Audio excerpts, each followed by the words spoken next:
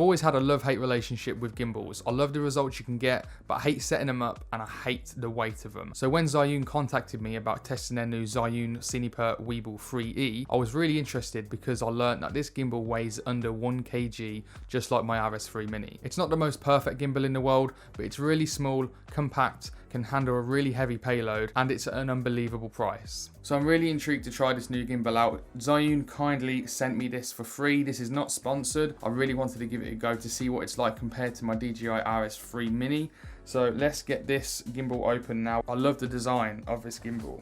Look at that. Oh, it feels really nice. You know, it feels quite heavy, to be fair. This is looking very nice. I love the white. The screen doesn't look the best compared to my DJI RS3 Mini. Apart from the gimbal, you obviously get the plates and you also get this tripod.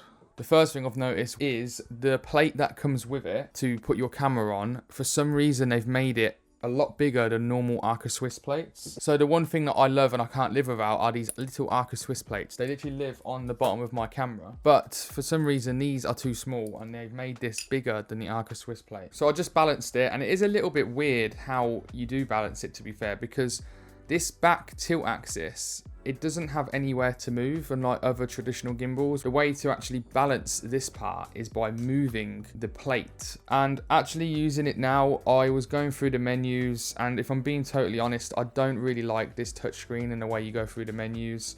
It seems very long compared to the DJI ones with the touchscreen OLED. Bearing that in mind, I've only really just found out the price of this gimbal. And on the ZHIYUN website, it's £245. Which is about £60 cheaper than the RS3 Mini. Now, I've not fully tested it out, obviously. There are some annoying things about it, like there's no side handles to be able to put the accessories on, like a monitor mount. The old Weebills have the light here.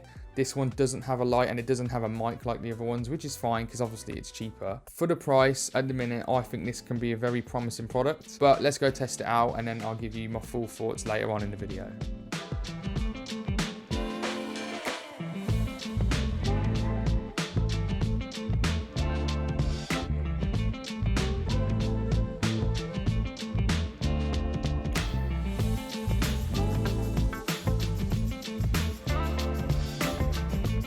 So far, I'm just literally testing it in my room. In a minute, I'm going to go over to my mum's and get some videos of the cats, testing this out. I always like doing that. But at the minute, just testing it out in this room, I'm really liking the way you hold the gimbal. It just feels really nice in the hands. It feels really built well as well, considering the price of it. So far, it feels really smooth. I am struggling, to be fair, looking through the menus and being able to slow down the gimbal. Compared to the DJI one, I've got the R7 on the RS3 Mini at the minute. Yeah, I love the look of this. The touchscreen on this is so nice. Just being able to touch the follow speed straight away, slow, medium, or fast. Like I said, it's literally 2 buttons, whereas this, I don't even know where it is in the menu. And you can calibrate it really easily. You can check if it's all balanced easy. I don't know where you can check what's balanced and what's not on the Weebill 3E. The one thing I got to admit that is a little bit disappointing is that it's advertised with the Sling 2.5 mode, where you get the extra arm and the wrist grip, but for some reason they didn't send that to me. Obviously it's a additional extra that you do have to pay for, which is a little bit annoying, but that wrist grip I would have loved, because that's the one thing I think is missing from DJI. So literally just before I was about to go to my mum's, my dad turned up to cut my grass, thankfully, and I thought I'll quickly run out there and get some shots of him while he was cutting the grass. And looking at the footage now, I'm actually really impressed with how it looks, especially them low angle shots. I normally struggle with them, and they actually look really stable. I put it into FPV mode as well to try and get some like nice tilt down shots, and I think they come out really well as well. Yeah, I've been really impressed with it looking back at the footage. Let me know what you guys think in the comments below.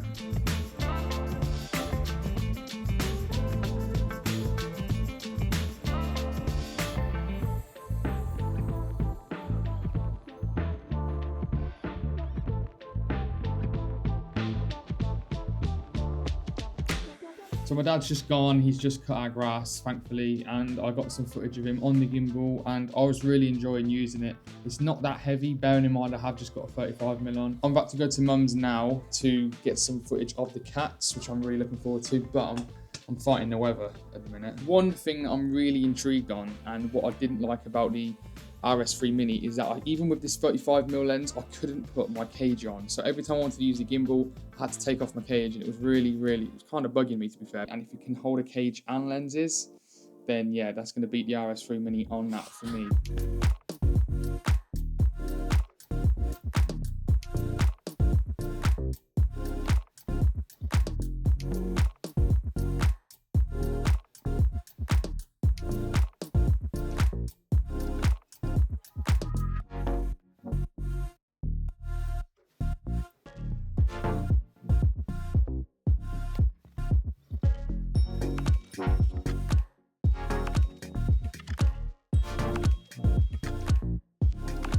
Okay, so I just got back from mum's capturing some videos of the cats, and it seemed really smooth, and I've managed to balance it with my Tamron 24-70 with the cage on as well. There's only one drawback to it. I can't go lower than that. Going forward, I think this definitely will have a place in my kit because of this one reason. Unfortunately, I've only had a few days to test this gimbal because it did arrive on the 10th, but my first impressions so far have been very good, and it's been improving every single day. The more I use it and the more I play around with it, the more I'm starting to like it. I'm sure I'll get used to the menu and the way you dial through it. It's just a little bit confusing at first. Considering the price of £250, and I'm sure I've seen it on eBay a little bit cheaper than that, this gimbal really does pack a punch, and especially compared to the RS3 Mini, because the RS3 Mini's been out quite a while now, and on discount that's around the same price as this gimbal. But with the Weebill 3E, what I love about it is that it can definitely hold a bigger payload, like I mentioned, and I've now actually put a quick release plate on the plate,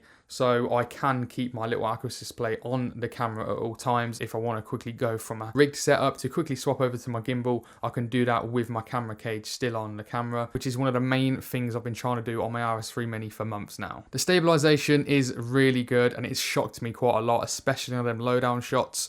Looking back at the footage, I really didn't expect it to be as smooth as it was. You don't tend to get as smoother shots because of the weight of the gimbal, but because this is still under 1 kg, it's still quite light, and there is a little bit of weight there to be able to get them smooth shots. And the stabilization algorithm in this gimbal has been really great because the shots just look really nice and smooth. The Weebill 3E also has native vertical shooting, and it's really easy and super simple to do, a lot easier than the RS3 Mini. But unfortunately, if you've got a big lens like my Tamron 24-70, you can't actually go full native because the lens actually gets in the way. Just like all of the other DJI gimbals, it's also got Bluetooth control, so you can connect to the camera and press the record button without having to plug any of the cables into the gimbal. And if you do want to connect the camera up to the gimbal using a USB-C cable, that's when you can change the wheel on the back of the gimbal to either your ISO or your aperture or whatever you want, really. ZHIYUN have done a great job on the Weebill 3E, and if they were going to improve anywhere in the future on the next version, I would have to be the screen and the menus.